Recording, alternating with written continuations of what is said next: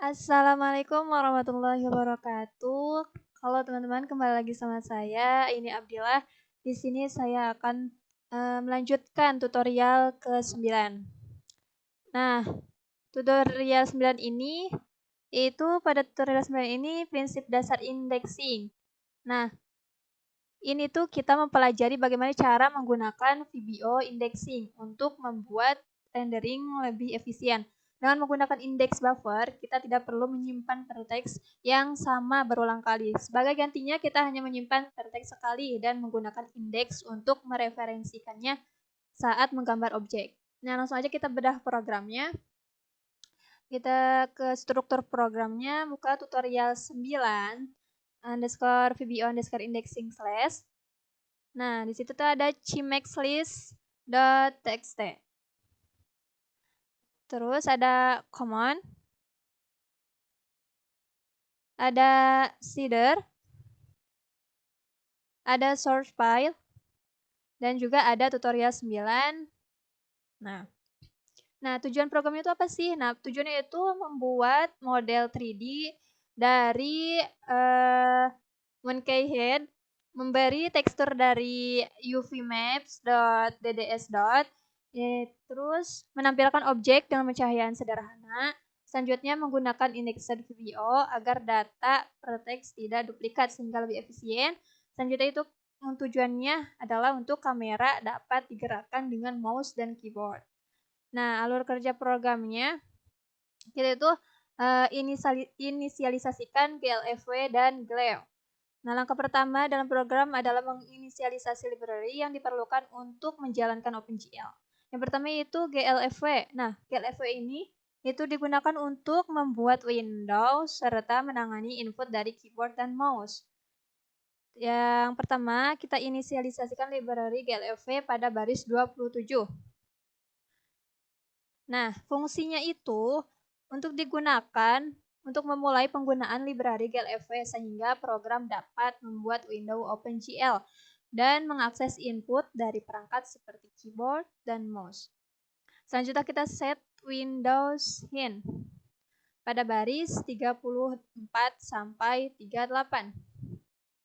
Nah, bagian ini itu berfungsi untuk menentukan konfigurasi window OpenGL seperti versi OpenGL yang digunakan serta pengaturan multisampling yang berguna untuk mengurangi efek aliasing pada objek 3D. Oke, selanjutnya kita buat window ukuran 1024x768 pada baris 41. Nah, pada baris ini itu program membuat jendela tampilan dengan ukuran 1024x768 pixel yang akan digunakan untuk menampilkan hasil rendering objek 3D. Nah, selanjutnya kita tuh cek keberhasilan pembuatan window-nya pada baris 42, 47, 42 sampai 47. Nah, pada baris ini program memeriksa apakah window berhasil dibuat. Jika gagal, program akan dihentikan untuk mencegah error pada proses berikutnya. Selanjutnya kita set konteks sebagai konteks saat ini, yaitu pada baris 48.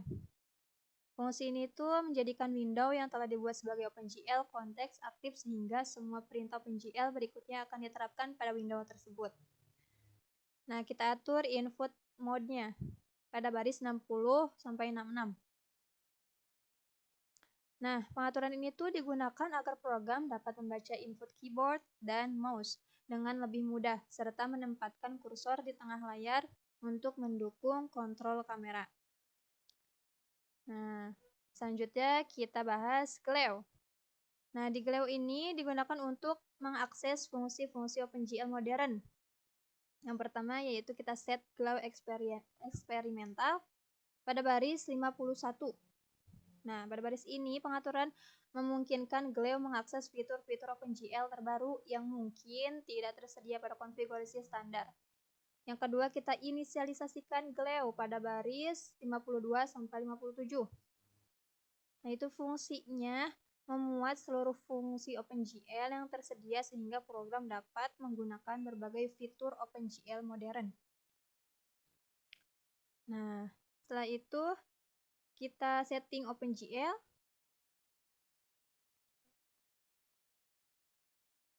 Nah, setelah library diinisialisasikan, program melakukan beberapa pengaturan dasar OpenGL. Yang pertama itu warna background biru tua pada baris 69. Nah, fungsinya itu untuk mengatur warna latar belakang ya, window ketika layar dibersihkan. Yang kedua itu kita aktifkan depth test dan depth function pada baris 72 sampai 74. Nah, baris ini itu depth testing digunakan untuk menentukan objek mana yang berada di depan dan mana yang berada di belakang, sehingga objek 3D dapat ditampilkan dengan benar. Yang selanjutnya itu kita aktifkan backface calling pada baris 77. Nah, di sini tuh backface calling itu digunakan untuk tidak merender sisi belakang segitiga yang tidak terlihat oleh kamera, sehingga dapat meningkatkan performa rendering. Oke, yang kedua itu kita selanjutnya membuat vertex array object atau VAO. Buat satu VAO pada baris 80. Nah, vertex array object dibuat untuk menyimpan konfigurasi dari atribut vertex yang digunakan dalam proses rendering. Yang kedua itu ada bin VAO pada baris 81. Nah, ini tuh fungsinya apa sih? Fungsinya itu untuk mengaktifkan VAO sehingga semua pengaturan buffer berikutnya akan disimpan di dalam VAO tersebut. Ya, selanjutnya kita memuat shader. Yang pertama, kita kompilasi vertex shader dan fragment shader pada baris 84. Pada bagian ini tuh program membaca file shader dari folder shader, kemudian mengkompilasinya agar dapat dijalankan oleh GPU.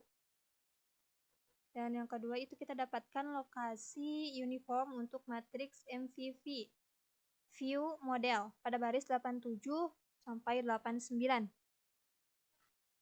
Nah, fungsinya itu digunakan untuk mendapatkan alamat variabel uniform pada shader sehingga program dapat mengirim data matriks transformasi ke GPU. Nah, selanjutnya kita memuat tekstur ya. Yang pertama itu baca file uvmaps .dds dengan fungsi load dds pada baris 92.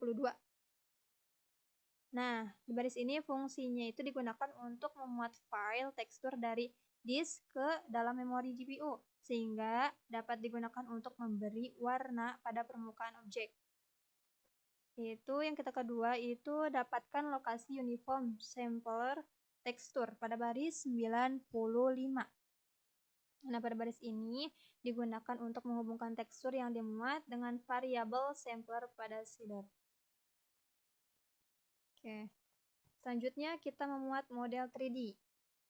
Adapun yang pertama membuat vektor untuk menyimpan data dari file OBJ pada baris 98 sampai 100. Nah, program itu membuat beberapa vektor untuk menyimpan data posisi vertex, koordinat tekstur, dan normal yang akan dibaca dari file model.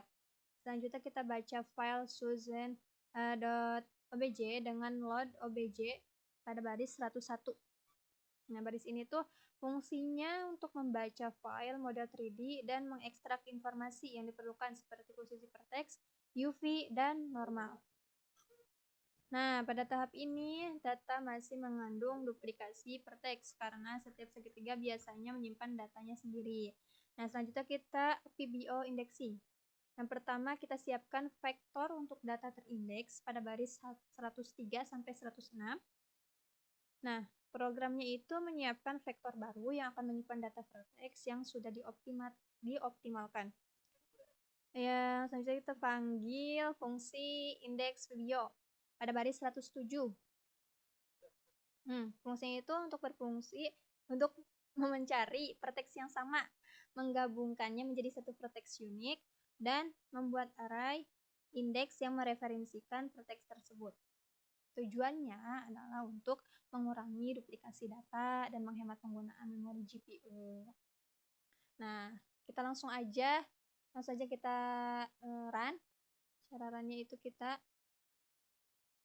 ke tutorial 9, kita set as startup nah, terus kita properties. Nah, debugging kita klik sebelah dan terus edit user indexingnya dan terus klik OK. Oke. Dan seperti ini jadinya. Oke. Cukup sekian tutorial 9 ini. Terima kasih. Assalamualaikum warahmatullahi wabarakatuh.